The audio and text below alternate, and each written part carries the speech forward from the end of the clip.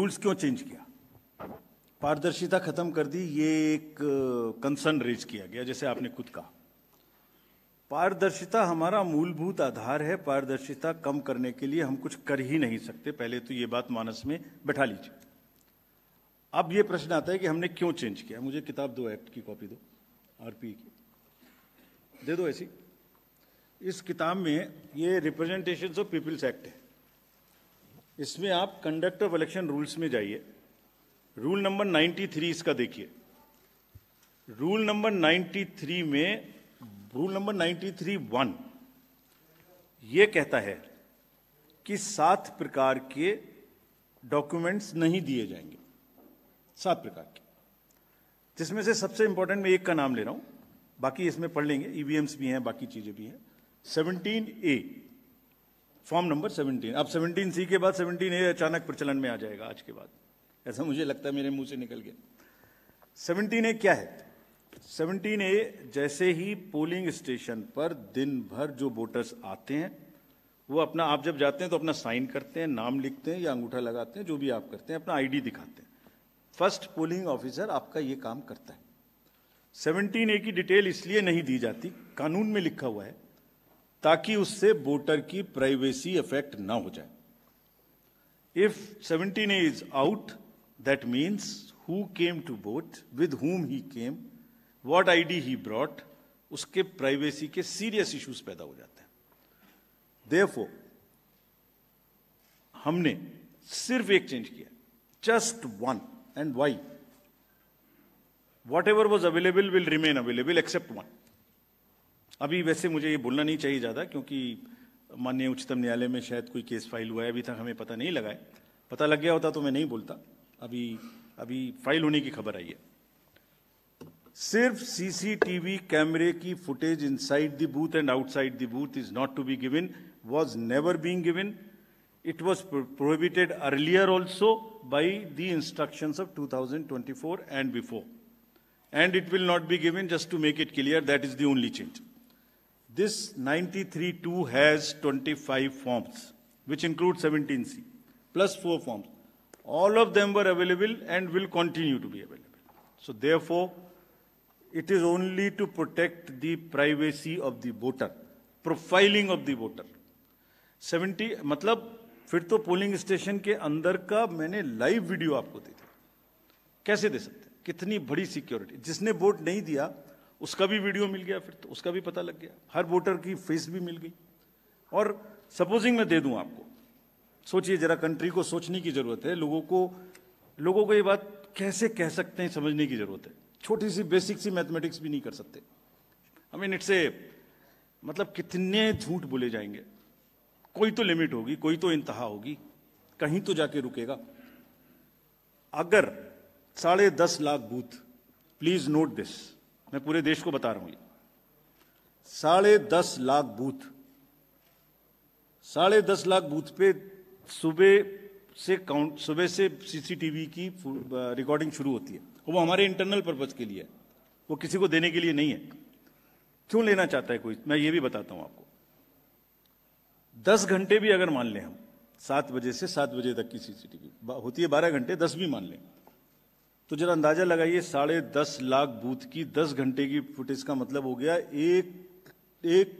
1 करोड़ घंटे। 1 करोड़ घंटे। और अगर 1 करोड़ घंटे का एक आदमी देखने बैठेगा तो अंदाजा लगा सकते हैं कितना समय लगेगा। अगर 8 घंटे भी रोज देखेगा तो 3600 साल लगेंगे उसको देखने में। 3600 years he will take to see. Why does he want it? Let us ask this question from the person who wants this. He will give it to for machine learning. आपकी मेरी सबकी शक्लें, सबके प्रोफाइल, सबकी voters की privacy will be in public domain.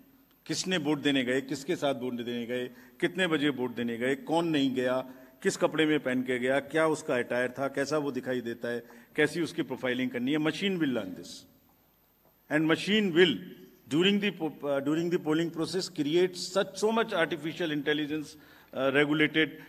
created content on the social media, आप पता ही नहीं लग पाएगा कि कोई बूथ जेन्युइन है या इनजेन्युइन है। Every booth I will recreate on fact finders will also not be able to ever find out whether it's a fake और नॉन फेक। ऐसे लोग देखना चाहते हैं। चलिए एक कॉन्स्टिट्यूएंसी की बात करते हैं।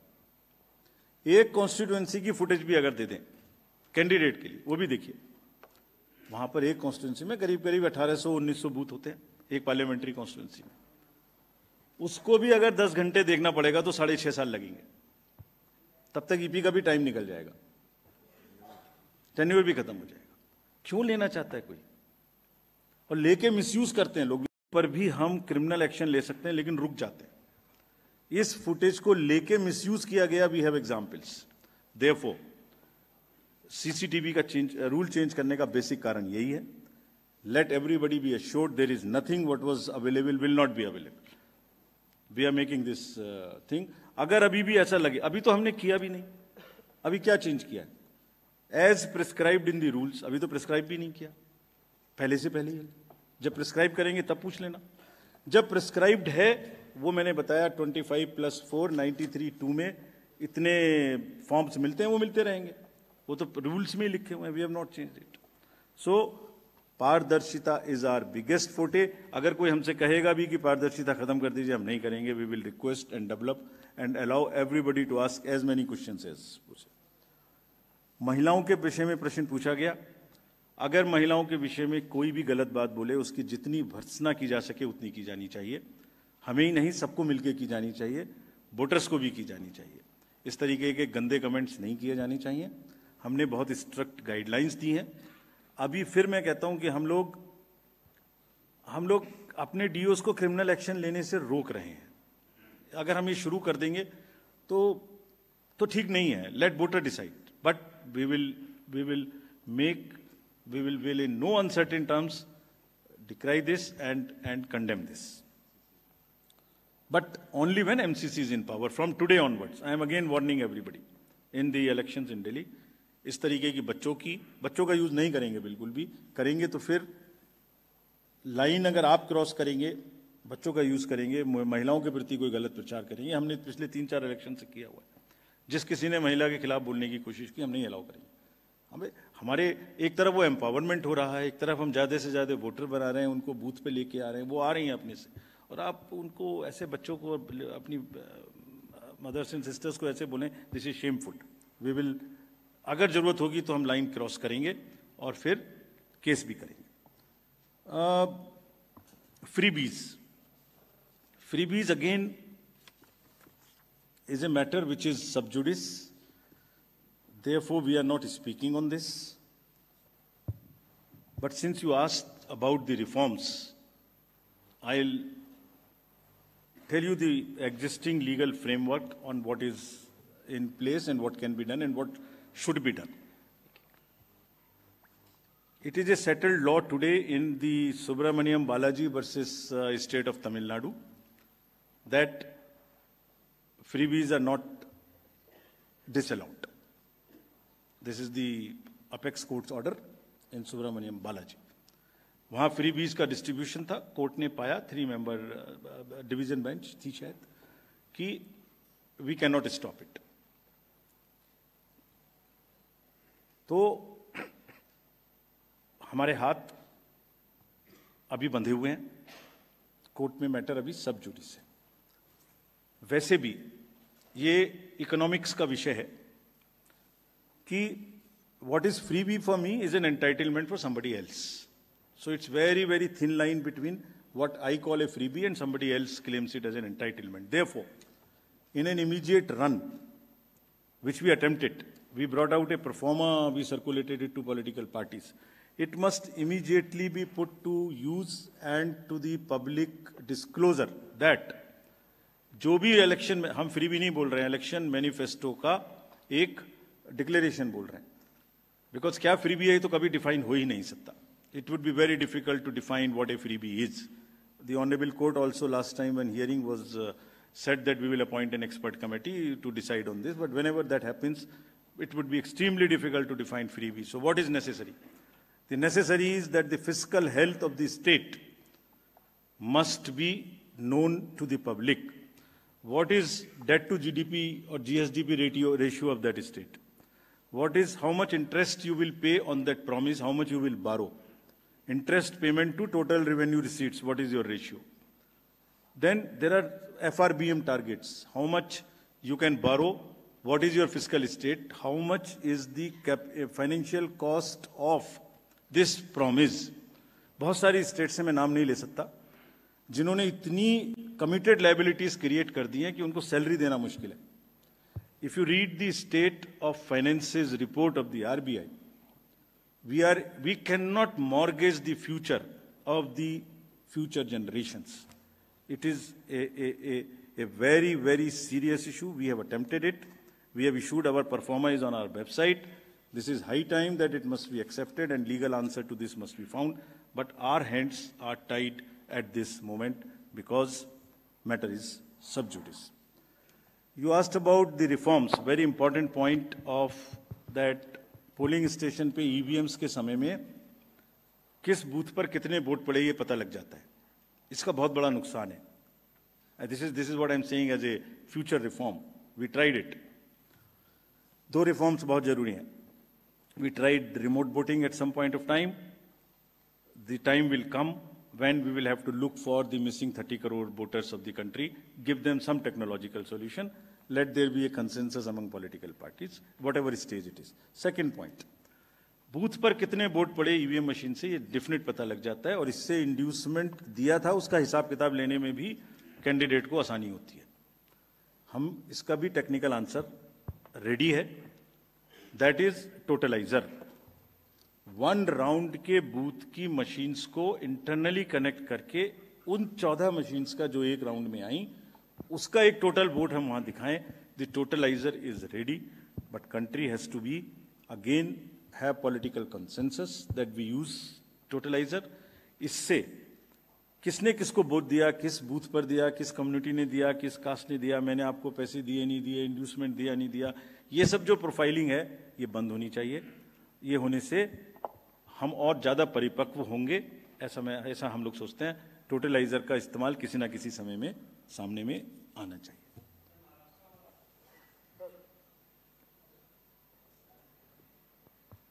Yes. Let us take few more questions from that side. Neeraj, News 18. Sir Neeraj हूँ न्यूज 18 इंडिया से. यहाँ एक एक करके सर नीरज हूँ न्यूज 18 इंडिया से. हमारा 2 सवाल है. My question is about the counting day.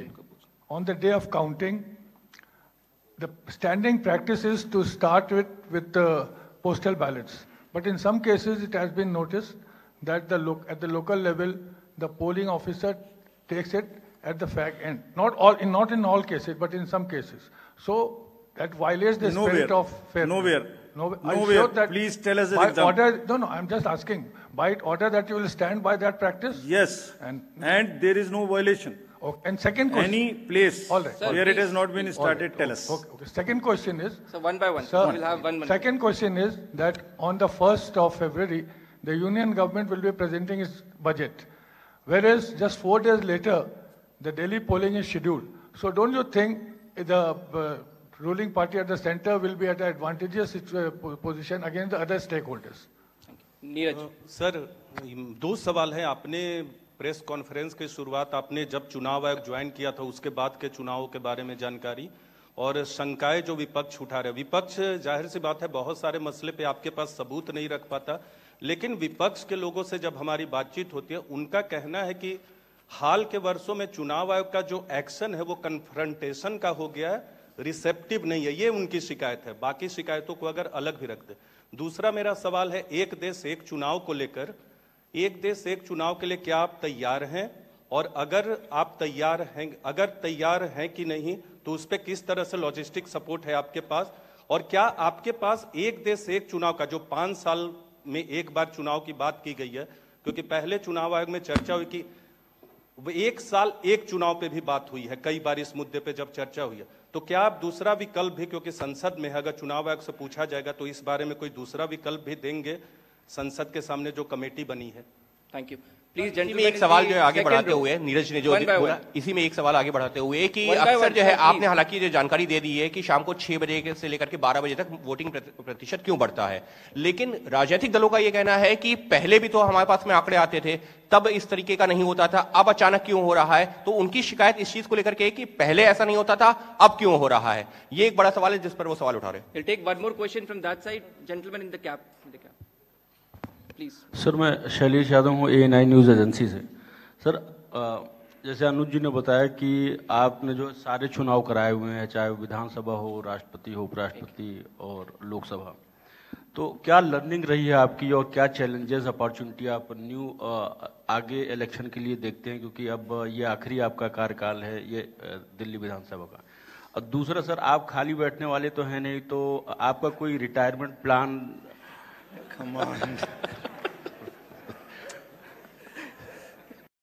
Number 1, budget 1 फरवरी को आएगा, ये आपने पूछा। अब 5 फरवरी को तो पोलिंग है, तो इसलिए ऐसी दिल्ली स्पेसिफिक हम आज ही चिट्ठी इशू कर देंगे। कैबिनेट सेक्रेटरी साहब को आज ही स्टैंडिंग इंस्ट्रक्शन इशू करेंगे कि कोई भी दिल्ली स्पेसिफिक बजट में चीज का शामिल नहीं किया जा सकता which can disturb the level playing field. For pan India there is no problem and that's the practice always whenever the voter account or the elections happen during the budgets happen during the election process. आपने कहा, एक पूछा कि confrontation का रास्ता, ये बिल्कुल भी सही नहीं है। पॉलिटिकल सबसे इंपॉर्टेंट पूरे लोकतंत्र में सबसे important voter and second most important is political party and media. 3 1 by 1. I mean, I won't say 1 2 3, but all 3 equal. Media, because at every stage we allow media from in the districts कि आप सब देखते रहिए, आप हमारे आंख कान बने रहिए, पब्लिक को बताते रहिए, गलती हो हमें समझाते रहिए। Disclosure. Voter because he is the king, and political parties because they are intermediaries. We have never interfered whenever there has been a campaigning or a political discourse, unless only in one situation, that is, if the timing is such that the vital electoral process is on, that is either polling or counting. These 2 days or very close to these 2 days, we cannot allow any rumor mongering because that can disturb and create serious law and order problems in the entire country. Please imagine बहुत सारी चीजें हैं जो मैं reveal भी नहीं कर सकता। अगर एक और आरोप था, काउंटिंग स्लो कर दी। क्या काउंटिंग स्लो हो सकती है? चार्ट लगा के दिखाना पड़ा कि 25 राउंड्स पर मिनट या पर सेकंड्स कॉन्टिन्यूसली अपग्रेड हो रहे हैं। इमेजिन अगर वेबसाइट आधे मिनट के लिए बंद हो जाए, हैक हो जाए, तो क्या नैरेटिव बनने वाला है कंट्री में? इतनी अफवाहें नहीं फैलाई जानी चाहिए जो किसी भी दिन कोई भी चीज कंट्रोल से बाहर हो जाए। हर पॉलिटिकल पार्टी कहीं ना कहीं पावर में है, उनको गवर्नेंस करनी है। उस गवर्नेंस को इतना डिफिकल्ट नहीं बनाया जाना चाहिए ड्यूरिंग द कैंपेनिंग, बिकॉज हर बार परिणाम देते देते प्रमाण हम देते रहेंगे लेकिन बोलेंगे नहीं। हमने कभी भी, unless it is on the vitals of the electoral process, कोई मुद्दा उठाओ उस दिन उसके आसपास, हमने कभी जवाब नहीं दिया। हाँ, लर्निंग चैलेंजेस तो बहुत सारे हैं। सबसे बड़ा लर्निंग तो यह है कि हिंदुस्तान में वोटर्स की जो एक परिपक्वता है वो इतनी पक्की है जिसको देख के उनको सलाम करने का दिल करता है हमेशा। वो जब तक इतने परिपक्व हैं, जब तक पूरा लोकतंत्र चलता रहेगा।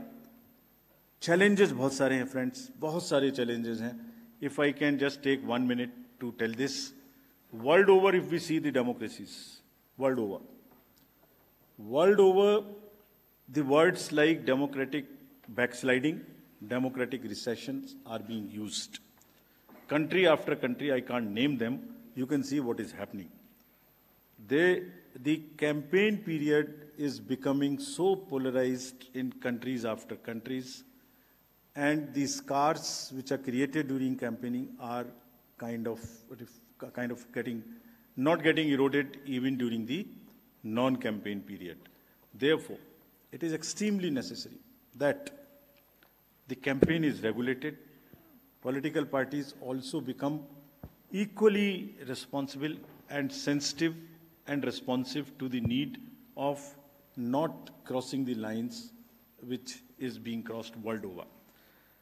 External interference into the databases and the cyber security is a serious challenge before all the election management bodies, which I cannot reveal how much we face and how much we were not able to sleep for days because of those kind of threats at the live election was happening. Those who are in the technical world would understand it better, how much we have gone through this. Indian elections की हमेशा मिसाल दी जाती है. It's a gold standard. हम विश्व की लोकतांत्रिक व्यवस्थाओं में अपना डेमोक्रेटिक सरप्लस बार बार क्रिएट करते रहें, तो जहाँ जहाँ कमी आए उसको हम पूरा करते रहें, ये बेस्ट है. और काउंटिंग के कैंपेन के दौरान जो एग्रेशन, जो इम्पेशंस हम बीज डाल रहे हैं, वो यंगर जनरेशन को इलेक्शन से दूर लेके जा रही है. ये चैलेंजेस हैं जो आने वाले समय में पूर्ण करने पड़ेंगे. जहाँ तक मेरे बारे में आपने पूछा, मैं क्या करूँगा, मैं पिछले 12, 13, 14 साल से बहुत ही इंटेंस इम्पैक्टफुल प्लेसेस में काम करता रहा हूँ. मुझे कुछ समय नहीं मिला.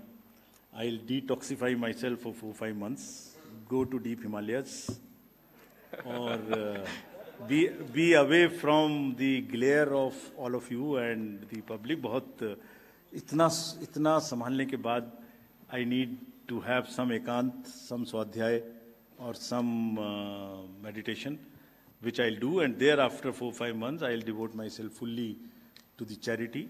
कुछ मैं एक म्यूनिसिपल स्कूल से पढ़ा हूँ. मैंने 6th क्लास से ABCD पढ़ना शुरू किया है. वो अपना हाथ में एक टप्पर लेके पढ़ने जाते थे. 6th में छत भी नहीं थी स्कूल में, पेड़ के नीचे पढ़ते थे. So I want to as a passion go back to those roots, teach those children, look at their some kind of health और something for them, so that एक जो चैरिटी का एक चीज़ डायरेक्ट बची हुई है वो पूरी हो जाए. I wish God will help me to achieve that. Thank you very much. Thank you.